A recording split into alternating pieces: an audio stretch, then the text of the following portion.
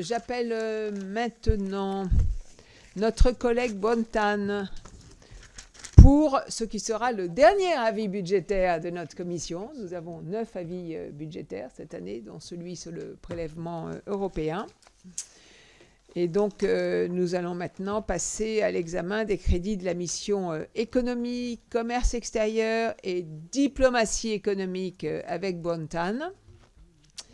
J'ai été très heureuse de noter que de nombreuses recommandations qui ont été faites l'année dernière par notre rapporteur ont été mises en œuvre dans la réforme de l'accompagnement des exportateurs.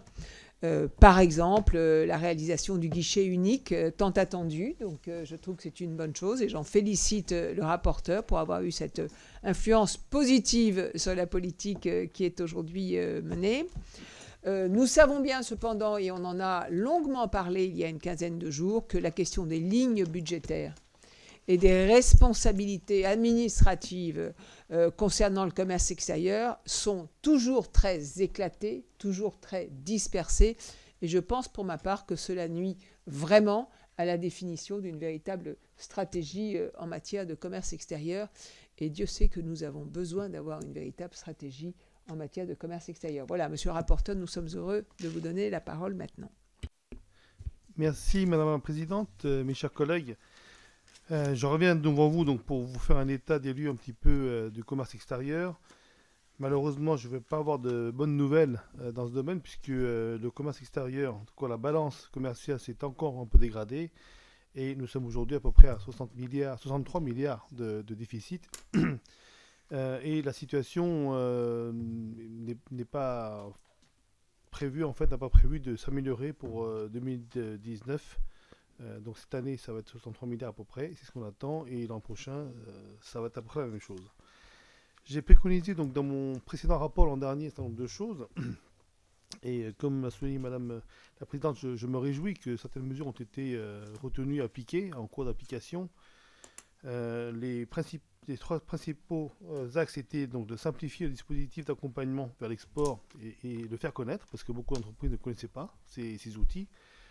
Le deuxième était de libérer nos outils de financement en les flexibilisant, parce que ces outils existaient mais étaient compliqués d'accès et surtout en fait avaient des paramètres d'accès qui étaient très difficilement atteignables par les entreprises. Et enfin donc construire en innovant de nouveaux produits, leviers à l'export, comme les maisons et comptoirs de France, sur lesquels je reviendrai plus tard. Quelques mois plus tard, donc après la remise du rapport, le Premier ministre a annoncé à Roubaix en février la présentation en fait, de la stratégie du gouvernement en matière de commerce extérieur et a rappelé la volonté de la France de passer de 124 000 entreprises exportatrices à 200 000, ce qui est un chiffre important. Mais un an après, donc quel bilan pouvons-nous dresser à la suite de ces annonces? Et nous pouvons en tout cas sans doute nous féliciter déjà de l'ensemble des mesures présentées qui sont tout à fait cohérentes et largement saluées par tous les acteurs. Le guichet unique d'accompagnement dont a parlé la Présidente est un des points phares de la réforme. Et j'ai le plaisir du coup là de vous dire que ça se passe plutôt bien, ça se met petit à petit en place, aussi bien en France qu'à l'étranger. D'ailleurs, les appels d'offres pour les postes qui sont, je crois qu'il y en a 6 à l'étranger, sont en train donc d'être traités. Et en tout cas, ce qui est important aussi, et le Premier ministre l'a rappelé, le commerce extérieur, la guerre du commerce extérieur démarre en France. Il faut absolument qu'on ait une évolution forte culturelle. Et ça passe par une formation et un travail donc en commun entre tous les acteurs qui contribuent au soutien du commerce extérieur. Toutefois, donc, soyons lucides, beaucoup reste à faire encore. Et c'est l'objet du travail de fond que je mène depuis plusieurs mois. Nous avons essayé donc de bâtir le rapport cette année en nous fondant en allant plus loin d'abord et en nous fondant sur l'audition des acteurs qui font notre commerce extérieur. Et j'ai souhaité cette année essayer de comparer un petit peu ce qui se fait dans les pays européens. Et donc je me suis rendu avec M. Aratoun en Italie. Nous avons choisi l'Italie parce que et pas l'Allemagne, qui semble être un petit peu le comparatif naturel. L'Italie, parce que c'est un pays qui a des filiales d'industrie qui sont un peu comparables aux nôtres. Ils sont assez bons dans l'agroalimentaire, dans le luxe, et ils ont beaucoup de PME, TPE, et c'est une structure, en fait, un tissu économique qui est assez proche de la France. Et c'est surtout un pays qui est parti de plus loin que nous, avec une balance commerciale très très déficitaire, et qui est bénéficiaire depuis 2012. Donc il se débrouille plutôt bien, et il progresse. Donc on a essayé de chercher un petit peu les raisons de ce succès et voir également ce qu'on pourrait prendre et adapter pour notre système à nous, pour pouvoir améliorer notre accompagnement des entreprises à l'étranger. Donc tout ceci m'amène à vous présenter 4 axes d'amélioration. La première chose qui semble un petit peu surprenante, mais en fait on a des statistiques sur lesquelles nous travaillons aujourd'hui qui ne sont pas très fiables, dans le sens où ça ne prend pas en compte certaines choses. Par exemple, l'évolution du commerce en ligne avec l'envoi de beaucoup de petits colis, par exemple.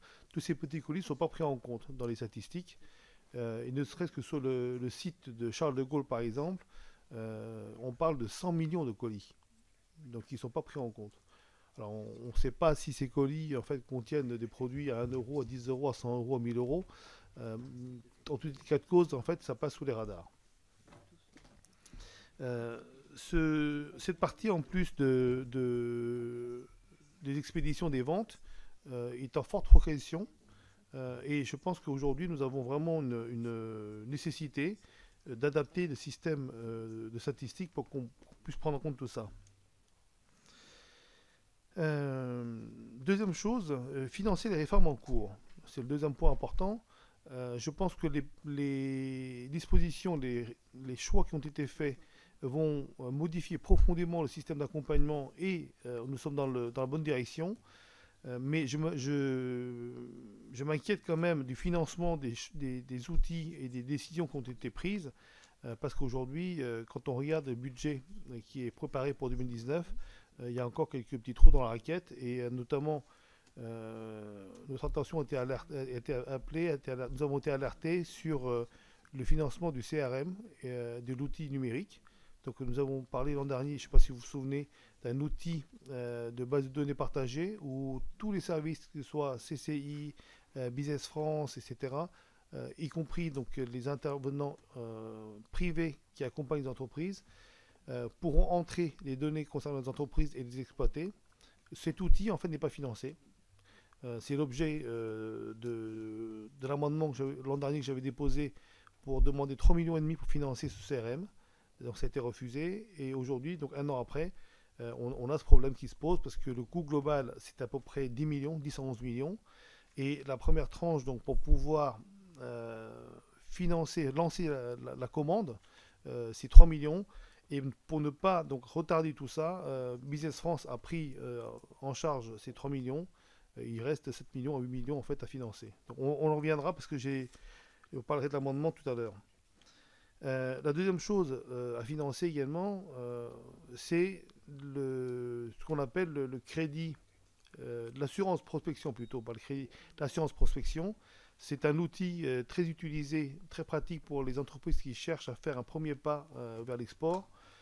Cette assurance prospection, cette assurance prospection, ça s'appelle comme ça, en fait est sous-dotée aujourd'hui, et au vu de la trajectoire actuelle, normalement, nous risquons en fait d'arrêter cet outil à fin mars 2019, parce qu'on n'a pas les crédits. Donc, ce que je veux dire par là, c'est qu'il est important qu'on mette en face des mesures prises, des moyens financiers adéquats pour qu'on puisse mener à bien cette politique. Le troisième point, et nous l'avons évoqué déjà un petit peu l'an dernier, c'est réorganiser le pilotage du commerce extérieur. Aujourd'hui, comme vous le savez, nous avons d'abord, comme l'a dit Madame la Présidente, différentes lignes de crédit, donc 4 ou 5 bouts, des bouts de lignes de crédit. Donc nous n'avons pas un budget dédié au commerce extérieur. C'est également une direction bicéphale, puisqu'il y a un bout qui est géré par le Quai d'Orsay, puis un bout par Bercy. Et je pense également qu'il faut avoir un ministre attitré, ministre du Commerce extérieur, pour des raisons d'affichage, mais également des questions pratiques, puisque ça permet, lorsque le ministre se déplace à l'étranger pour défendre nos dossiers, de pouvoir rencontrer un homologue qui est ministre, et ne pas rencontrer un conseiller, etc. Parce que le terme de secrétaire d'État n'est parfois pas reconnu comme un ministre. Voilà.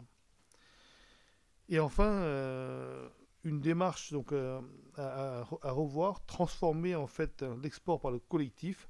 C'est une démarche collective qu'il faut prendre. Nous avons un souci, c'est que nous avons beaucoup d'entreprises qui sont de taille, donc je disais petite et moyenne, qui n'ont pas la taille critique nécessaire et surtout qui n'ont pas l'habitude de se regrouper pour, comme on dit, chasser en meute. C'est ce que font très bien les Allemands, les Italiens. Et nous devons inciter nos entreprises et les pousser à faire ce travail. Et ce travail peut peut-être commencer déjà dès la formation dans les écoles. Et dire que même si nous sommes concurrents en France, nous pouvons regarder à travailler ensemble à l'export. Donc ça, c'est également une grande démarche. Et enfin, donc, globalement, nous avons aujourd'hui encore beaucoup d'atouts. Il y a beaucoup de choses à faire encore. Nous sommes donc globalement sur la bonne voie. Il faut juste qu'on soit vigilant sur la mise en application des choix. Voilà, donc je suis à votre disposition pour répondre à vos questions. Merci beaucoup, monsieur le rapporteur, pour ce travail que je trouve extrêmement approfondi et intéressant. On va donner la parole maintenant aux orateurs des groupes pour La République En Marche, Denis Masséglia. Merci Madame la Présidente. J'espère que ma voix va pas me lâcher avant la fin de mon propos. Moi tout d'abord, je tiens à féliciter Monsieur le rapporteur Beaune pour encore une fois la qualité de ton travail et des propositions qui sont déjà mises en place pour certaines et que je trouve toutes très intéressantes et très positives. Je voulais dans un premier temps avoir un focus sur les recommandations 4 et 5 de ton rapport, à savoir les instruments financiers d'aide à l'export tels que l'assurance prospection et l'assurance export, tu en as parlé. Ces assurances, elles sont gérées par BPI France pour le compte de l'État, c'est-à-dire qu'elle prépare dans un premier temps les dossiers et elle fait l'interface avec les entreprises.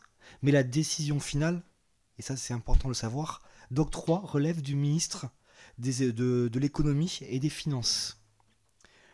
Quelle est la conséquence directe? C'est bien souvent des délais longs. On parle en général de 4 à 6 mois entre la demande et le fait que les différentes assurances puissent être octroyées.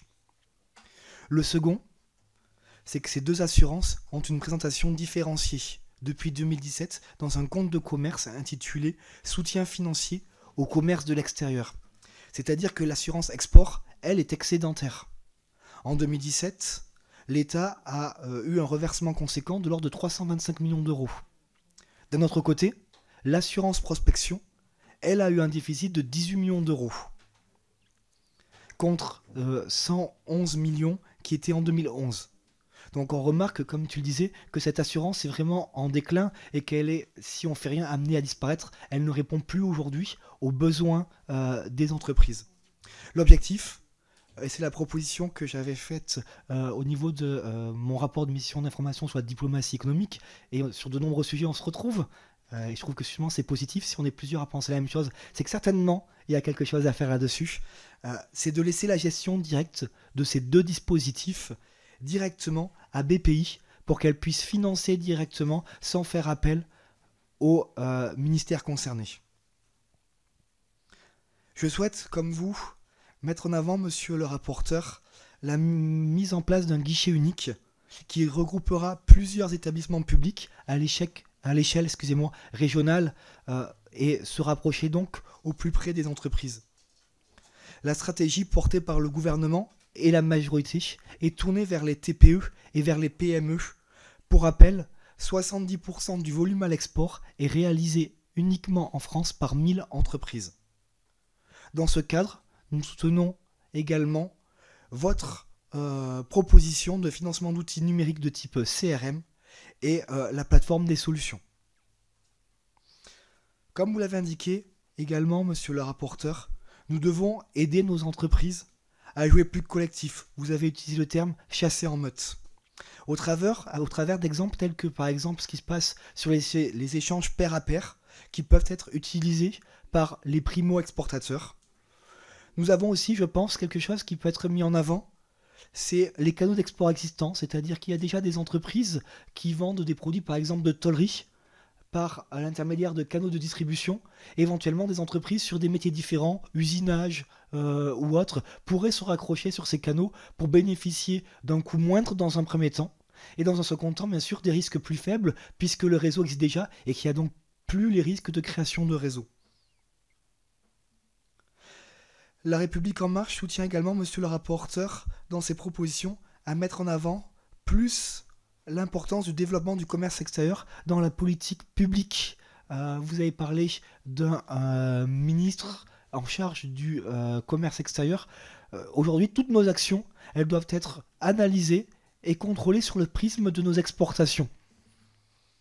Enfin, j'ai beaucoup apprécié et été intéressé par la remarque et la réflexion que vous avez eue concernant les pratiques de nos voisins européens et principalement l'Italie.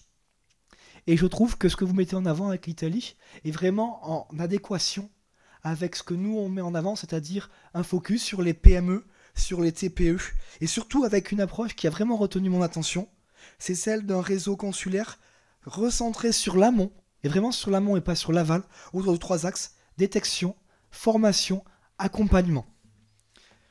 Le groupe La République En Marche votera bien entendu les crédits de la mission économique de commerce extérieur et diplomatie. Merci bien. Merci beaucoup. Je rappelle qu'effectivement, vous avez conduit une mission d'information avec notre collègue Pierre Cordier et que sur la question de la diplomatie économique, très importante mission d'information, qu'on a adopté le rapport il y a un peu plus d'un mois maintenant et qu'on l'a aussi assorti de contributions d'un certain nombre de groupes, celui de La République En Marche, celui du MoDem et celui de la France Insoumise. Donc il y a eu un vrai travail de fond qui d'ailleurs éclaire tout à fait et va dans le même sens que l'avis de Bontan. Alors maintenant, pour les Républicains, Didier Quentin. Merci Madame la Présidente. Oui, alors je m'associe aux compliments qui ont déjà été adressés à notre rapporteur. J'avais une question qui était voisine de celle que vient de poser notre collègue là, sur les instruments financiers, l'assurance export, l'assurance prospection, mais cela a déjà été fait, je n'y reviens pas. Je voudrais savoir quel jugement porte notre rapporteur sur notre réseau, justement, diplomatique consulaire. Bon, bien sûr, les personnels des ambassades ou des consulats généraux, mais peut-être aussi les conseillers du commerce extérieur.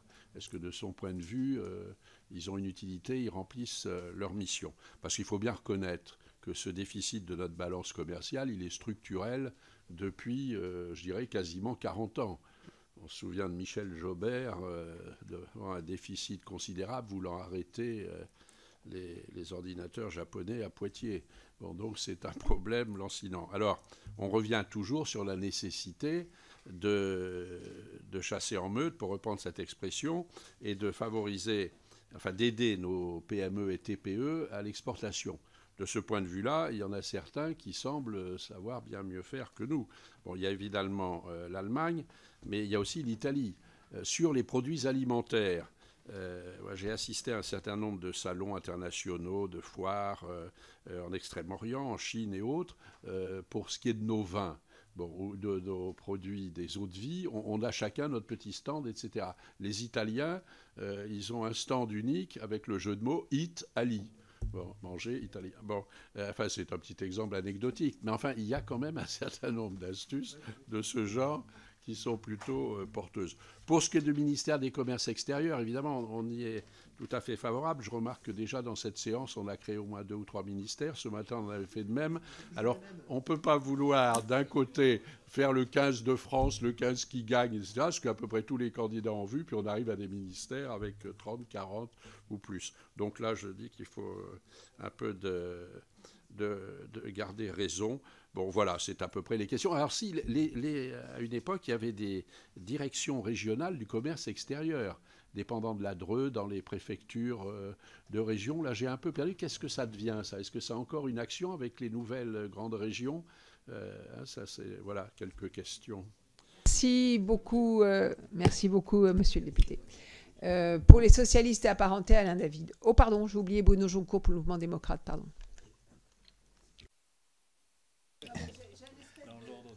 J'ai un espèce de torchon que m'a donné le chef d'unité, là, et c'est très difficile à suivre. Et j'y figure. Merci, Madame la Présidente. Moi, je veux également saluer la qualité du travail qui est traduit dans ce rapport, qui est assorti de propositions concrètes qui requièrent tout notre intérêt.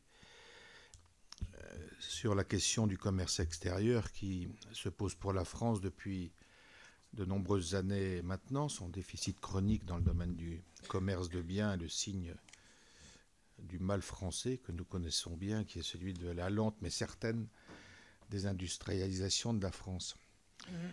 Les gouvernements successifs ont tour à tour entrepris de résorber ce déficit avec le succès relatif que l'on connaît. Nous devons tous en avoir conscience. Le rétablissement de nos comptes publics passe aussi par une résorption de notre déficit commercial. Notre groupe a souvent rappelé, et à plusieurs reprises et depuis longtemps, cette préoccupation. Aussi, nous tenons à saluer les efforts qui sont entrepris par le gouvernement et qui sont rappelés par le rapporteur.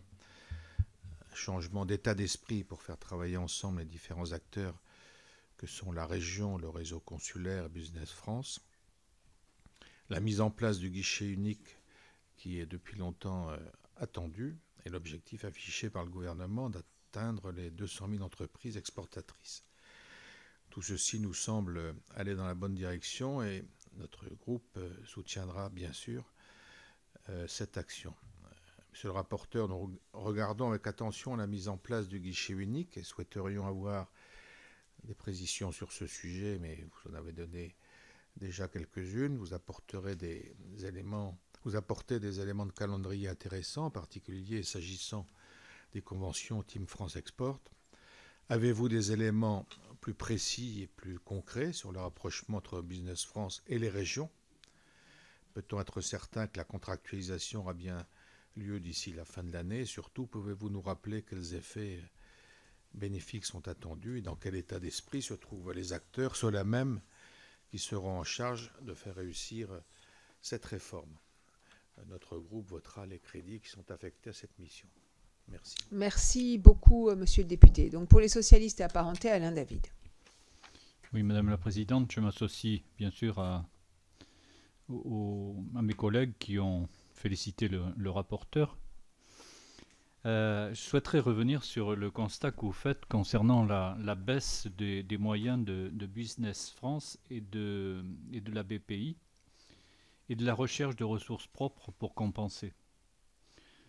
Ne croyez-vous pas que la facturation de certains services, selon leur importance, puisse en quelque sorte sélectionner les entreprises qui auront capacité à cette facturation et d'autres qui, en particulier les petites et moyennes entreprises, qui n'auraient pas forcément les moyens et qui seraient donc exclues de ce service de BPI? Est-ce que la facturation est importante ou est-ce qu'elle est symbolique, quoi, hein? En gros, c'est ça. Merci beaucoup, monsieur le député. Il faut éteindre votre micro. Voilà. Monica Michel. Merci Madame la Présidente. Je m'associe à mes collègues pour féliciter notre rapporteur pour la qualité de son travail. Moi, j'ai une question concernant justement ce qui est préconisé pour les PME, notamment en matière de connaissance de leurs marchés internationaux, concernant surtout les clubs d'exportateurs. Parce qu'en fait, il s'avère que sur nos territoires, les entreprises, les PME notamment, qui regardent à l'extérieur pour leurs exportations, se regroupent dans des clubs d'exportateurs. Et ce sont des clubs d'exportateurs qui n'ont quasiment pas de moyens, mais qui permettent aux entrepreneurs d'échanger entre eux sur leurs problématiques, sur leurs besoins, et décider finalement ensemble d'aller s'attaquer à un marché donné. Est-ce qu'il y a des choses qui pourraient être prévues pour ces clubs qui font un excellent travail, somme toute, pour ces types d'entreprises, de PME? Merci. Merci beaucoup. Bruno Fuchs. Merci Madame la Présidente. Je vais joindre à l'ensemble des collègues pour louer la qualité de votre travail. J'espère que ce soir ça ira bien d'un côté de l'ego. En tout cas, merci pour votre travail. Je vais être assez court. Je ne vais pas revenir sur l'ensemble des réformes que ce gouvernement a engagées qui doit viser à 200 000 entreprises exportatrices. Mais si on regarde depuis une quinzaine d'années et qu'on pousse le raisonnement peut-être à l'extrême, on voit bien que les budgets augmentent, les budgets d'accompagnement, que les résultats du commerce extérieur ne cessent de devenir de plus en plus inquiétants.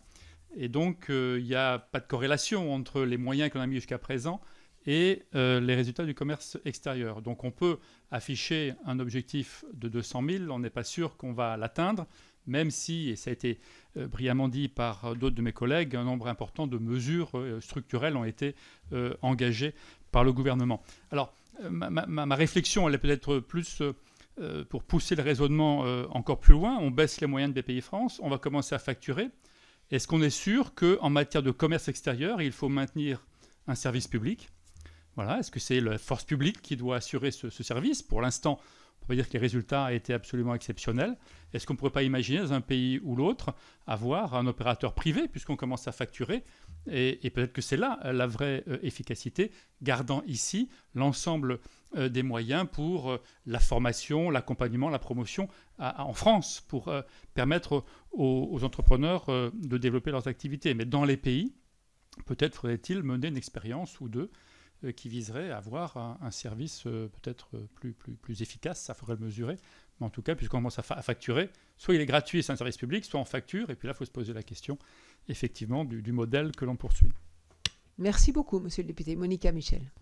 Merci, Madame la Présidente. Simplement pour compléter ma question de tout à l'heure, quel rôle pourraient jouer les chambres de commerce lorsqu'on parle de clubs d'exportateurs, notamment aujourd'hui? Les chambres de commerce dans des régions un peu retirées jouent un rôle pivot par rapport aux entreprises d'une part et à ces clubs d'exportateurs aussi.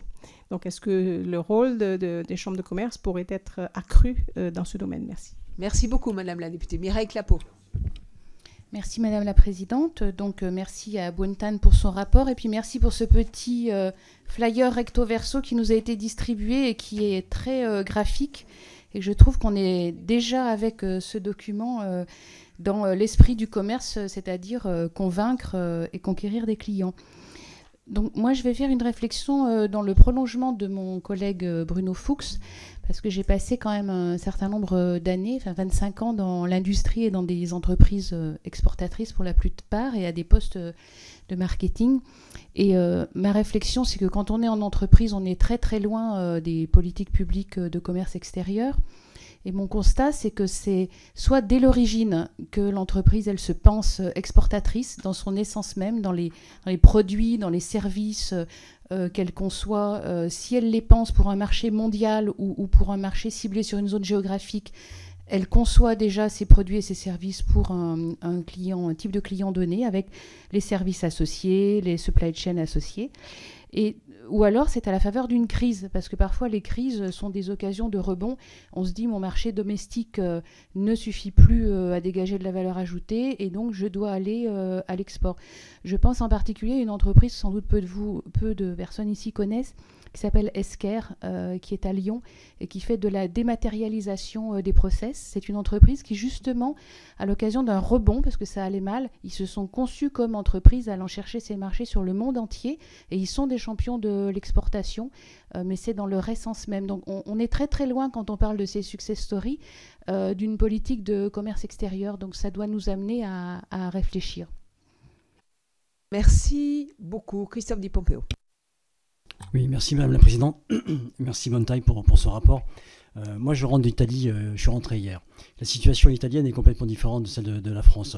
L'excédent aujourd'hui de l'Italie, 43 milliards, d'euros. Si on enlève la facture énergétique, il est 84 milliards. Donc par rapport à l'Italie, c'est exceptionnel. Mais le tissu économique italien est un tissu familial, de capital italien, et qui ne travaille pas du tout comme en France. Et l'entraide entre entreprises est réelle, et c'est ce qui aide le parrainage international, ce qui aide les entreprises italiennes à exporter aujourd'hui. En France, quand on veut exporter, il n'y a pas d'entraide et on se retrouve face à des organismes comme la BPI ou les chambres consulaires qui sont quasiment des fonctionnaires devant vous et qui préfèrent souvent aider les grosses entreprises plutôt que les petites entreprises. Quand vous êtes une PME ou une TPE, vous allez à la BPI. Alors certes, ils vont vous conseiller, mais quand il faut passer à l'action, ils commencent à vous facturer. Et dès le départ, la facturation aux entreprises et aux PME, aux TPE par la BPI ou les autres organismes devient vite rédhibitoire pour ces entreprises qui essayent de trouver de nouveaux marchés et n'ont pas forcément envie de payer dès le départ. Donc voilà, la situation n'est pas la même, mais je pense qu'il faudrait en France favoriser justement l'entrée entre entreprises, qui est vraiment la source de réussite en Italie. Merci beaucoup, monsieur le député. Je vais passer la parole au rapporteur. Moi aussi, je veux le féliciter pour son document, que je trouve très, très bien fait. Non, mais vraiment, donc je le dis, c'est bien. Et dire que je trouve notre débat très intéressant. C'est le deuxième, la troisième fois ou la quatrième fois que nous venons sur ces questions de commerce extérieur. Je pense qu'il faut penser la politique du commerce extérieur en rupture avec ce que nous connaissons depuis des années. C'est pourquoi je trouve notre débat très intéressant. On doit penser une rupture. Je suis absolument sûr de ce point de vue-là. Et qu'on doit penser aussi une mobilisation. Parce qu'au fond, on nous parle toujours, à juste titre, à juste raison, du déficit budgétaire. Et on a des politiques publiques qui prennent en compte le déficit budgétaire. Mais la question du déficit du commerce extérieur n'est pas une question centrale dans nos politiques publiques. Or, ça devrait être, à mon sens, une question absolument majeure.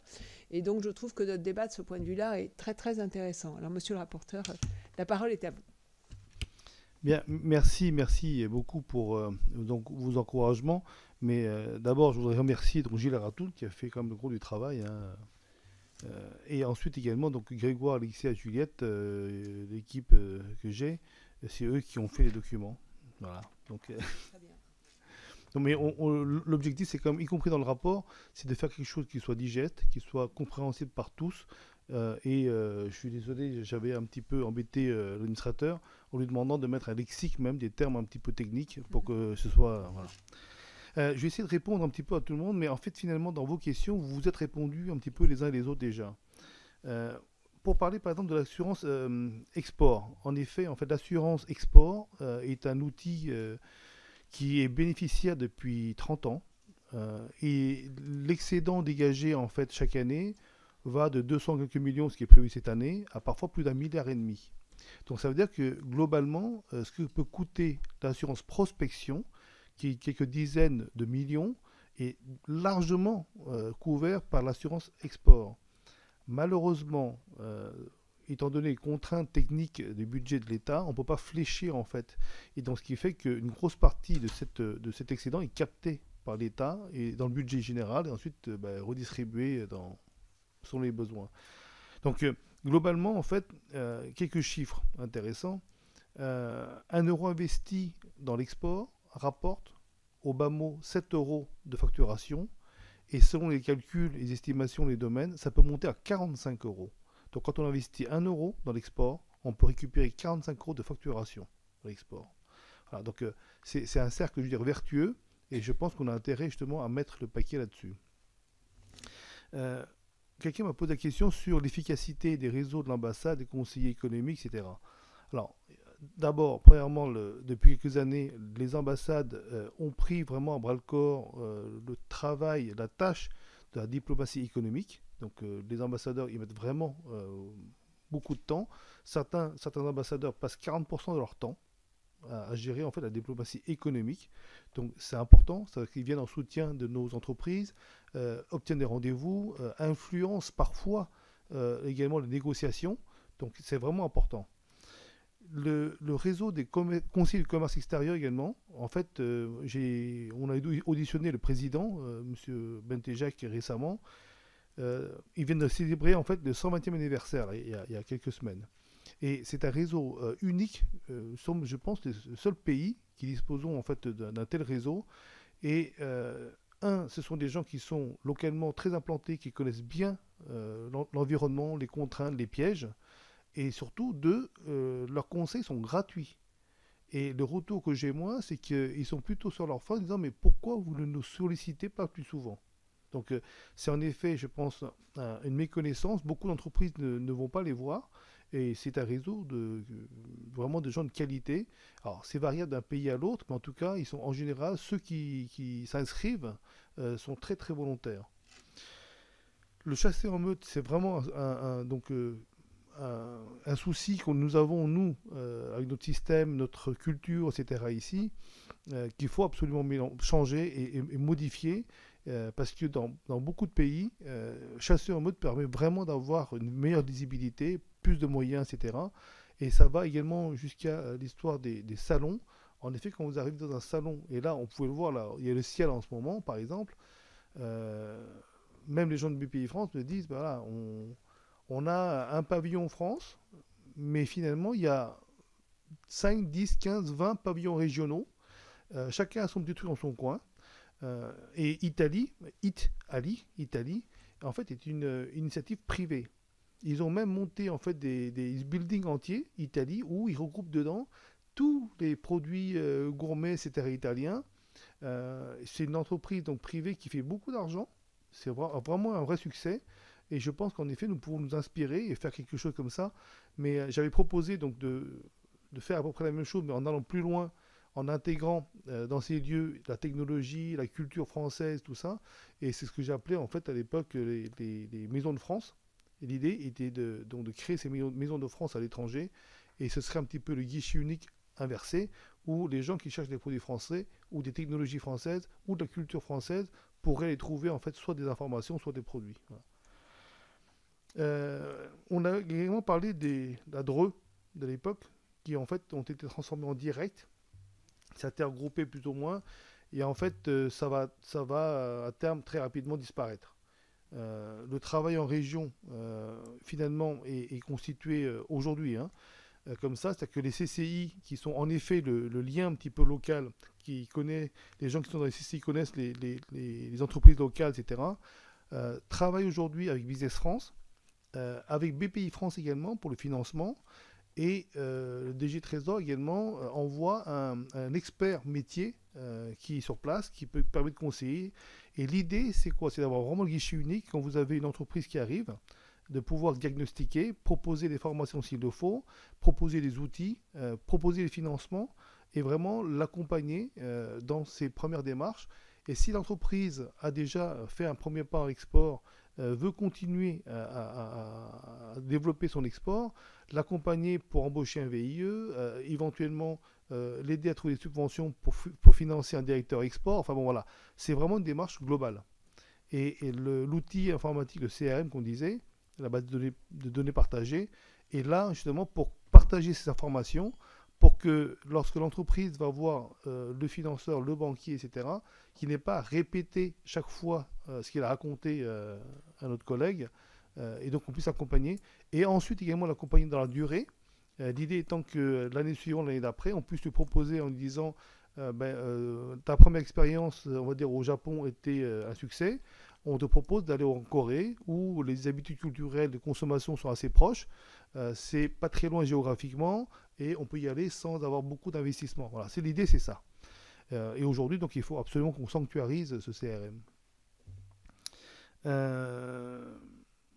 Bruno Joncourt avait parlé de la contractualisation. Alors, ce qui est en cours aujourd'hui, c'est assez encourageant, puisque nous avons déjà 5 régions qui ont signé avec l'État. Et on a bon espoir que l'ensemble des régions auront signé avant la fin de l'année. D'ici la fin de l'année, on en a discuté encore il y a quelques jours avec les gens de Business France. Ça devrait se faire, il n'y a pas de souci. Et surtout, ce qui est très positif, c'est que les gens jouent vraiment le jeu. C'est-à-dire que les équipes, et c'était ma crainte l'an dernier quand j'avais fait le rapport, c'est de dire comment ça se passait localement sur le terrain. Et finalement, les gens qui ont été aux manettes ont été vraiment, je pense, très très bons pour mettre en valeur les gens, pour les inciter à travailler ensemble. Et ça, c'est en train de prendre. C'est vraiment quelque chose de très positif. Les bénéfices attendus. On a une économie d'échelle, je pense, qui est indéniable. Nous avions à l'époque plusieurs, par exemple, physiquement plusieurs bâtiments où un coup il y avait Business France, un coup il y avait des CCI, etc. Aujourd'hui, ils se regroupent, ils travaillent ensemble. Il y a une déperdition beaucoup moindre également, puisque en fait, les diagnostics, quand ils accueillent les entreprises, se font parfois par deux, c'est-à-dire un représentant de Business France, un représentant de BPI, par exemple, et ça permet d'apporter vraiment une solution complète. À côté du CRM, il y a également un outil informatique, qui est une plateforme, qui est dédié aux entreprises, où chaque entreprise pourra trouver toutes les informations et tous les services, c'est-à-dire y compris les services privés. Donc là, je réponds à la question sur les services privés. L'organisation aujourd'hui est de dire qu'il y a une partie des services, notamment pour les primo-exportateurs, qui ne sont pas rentables. Quand vous accompagnez une entreprise qui facture peu, finalement les entreprises privées ne prendraient pas ce client-là. Donc c'est à l'État de le faire. En revanche, une fois que les premiers pas sont faits et que l'entreprise commence à prendre de l'ampleur, les accompagnateurs privés peuvent tout à fait prendre le relais. Et là, il y a un travail en commun, c'est-à-dire que ceux qui jouent le jeu, qui signent des accords, peuvent également donc bénéficier de ce réseau et donc récupérer des clients. Voilà. On a parlé également, oui, du coût de la facturation des services. C'est un vrai sujet. Parce que aujourd'hui, la facturation n'est pas anodine, parce que les ressources de Business France proviennent déjà à plus de 50% de la facturation. Et il y a un vrai sujet, parce que ça veut dire que les entreprises qui ont peu de moyens, finalement se disent, mais 3 000 € au moins pour faire un salon, c'est beaucoup. Donc ils n'y vont pas. Et ça, on l'a remarqué également déjà. Donc, en 2016, par exemple, on a eu une grosse baisse. On a divisé par deux le nombre d'entreprises qui ont fait appel à l'assurance prospection. On est passé de 4 000 à 2 000 en gros, pour X raisons, dont le problème de coût. Donc là, ce qui est prévu, c'est que nous travaillons avec les régions, et les régions finalement ont des budgets plus importants pour soutenir l'export, et on est en train de travailler sur un système de tickets modérateurs, c'est-à-dire que Business France facturera, mais la région qui veut mettre l'accent sur telle industrie ou domaine ou autre, pourra dire, l'entreprise, je lui donne un chèque de 2 000 € et n'aura plus que 1 000 € à payer à Business France. Voilà. C'est l'idée. C'est ce qui est prévu en tout cas. Les clubs d'experts. Ça, c'est Monica Michel qui avait posé la question. C'est en effet très intéressant. Nous avions rencontré, j'ai auditionné l'an dernier, Stratexio, qui est un club. Et aujourd'hui, nous allons continuer à pousser cette démarche. Et nous avons également auditionné cette année le GIFAS, qui est en fait un groupement qui regroupe beaucoup de sociétés dans l'industrie aéronautique.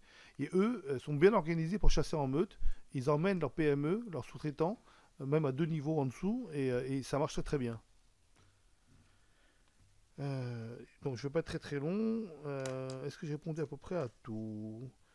Alors, pour les entreprises, en effet, les tissus italiens, en France, nous avons en fait 20% de l'export qui provient des PME. En Italie, c'est 54%. Donc voilà, on a, je pense, vraiment un gap à faire. Et aussi, nous sommes à 124 000 entreprises exportatrices. L'Italie en est à 226 000, je crois. Alors, donc ils ont presque le double. C'est-à-dire que l'objectif de 200 000, c'est très ambitieux, mais théoriquement, on devrait pouvoir l'atteindre.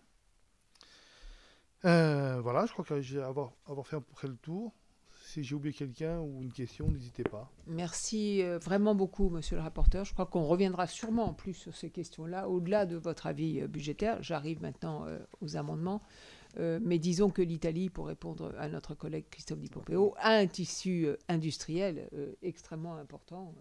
Et de ce point de vue-là, ils ont quelques avantages sur nous. Voilà. Alors, avant de nous prononcer sur les crédits de la mission, nous allons regarder les amendements. Nous sommes saisis d'un amendement, l'amendement AE22 de Bontan, notre rapporteur.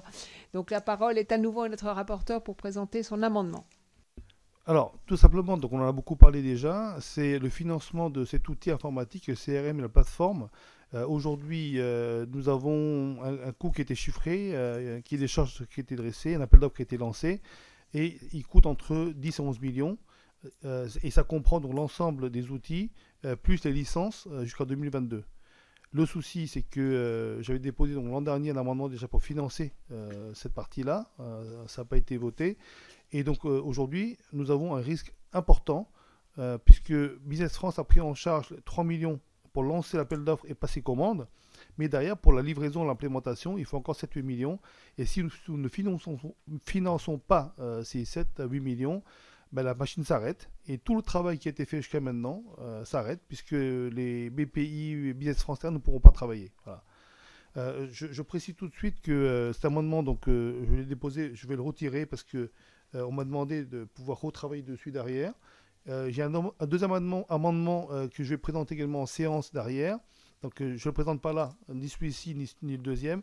Et le deuxième finance, en fait, demande 70 millions, enfin 58 millions, enfin 57 millions, pour financer justement l'assurance prospection, puisque au vu d'aujourd'hui, étant donné donc, les demandes, etc., normalement, à mars, il n'y a plus de crédit.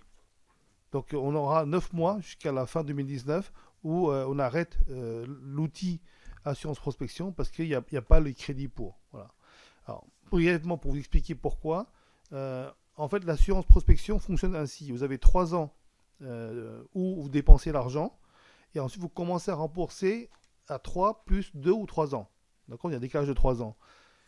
L'an prochain, on est à 2019, donc 3 ans avant, c'est 2016. C'était l'année où nous avons divisé par 2 le nombre d'entrants.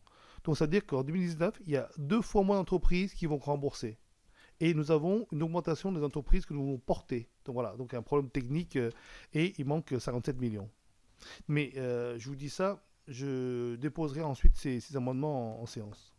Merci beaucoup, monsieur le rapporteur. Merci pour toutes ces précisions. Bruno Fuchs, mais il faudrait qu'on s'achemine vers notre conclusion. Alors peut-être un tout petit point de précision sur l'assurance prospection. Savoir, puisque BPI France a récupéré l'ancienne COFAS, donc l'assurance, pourquoi ça ne rentrerait pas dans la gestion normale des actifs de BPI France, pourquoi ce serait à la charge du budget de l'État. Voilà, première réflexion. Et puis puisqu'on s'achemine vers la conclusion, à la questure, différents députés alsaciens vous invitent à l'issue de cette séance. Ah ben voilà le point le plus important, c'est celui qu'il fallait traiter en priorité, monsieur le député. Quel que soit l'accent que vous pourriez à l'entrée de cette salle prononcer. Merci beaucoup pour cette offre, monsieur le député, que je suis sûre, certaines et certains, je vois leur visage réjouis, vont accepter avec bonheur. Alors, je vous propose de mettre aux voix les crédits de la mission économie, commerce extérieur et diplomatie économique du projet de loi de finances pour 2019. Je demande au rapporteur son avis. Plutôt favorable. Merci beaucoup, monsieur le rapporteur. Eh bien, donc, qui est d'avis d'adopter cette ligne de crédit? Merci beaucoup. Qui est d'un avis contraire? Qui s'abstient? Écoutez, c'est l'unanimité à la fin de cette journée longue des avis budgétaires, avec les félicitations et les remerciements de notre commission et les applaudissements.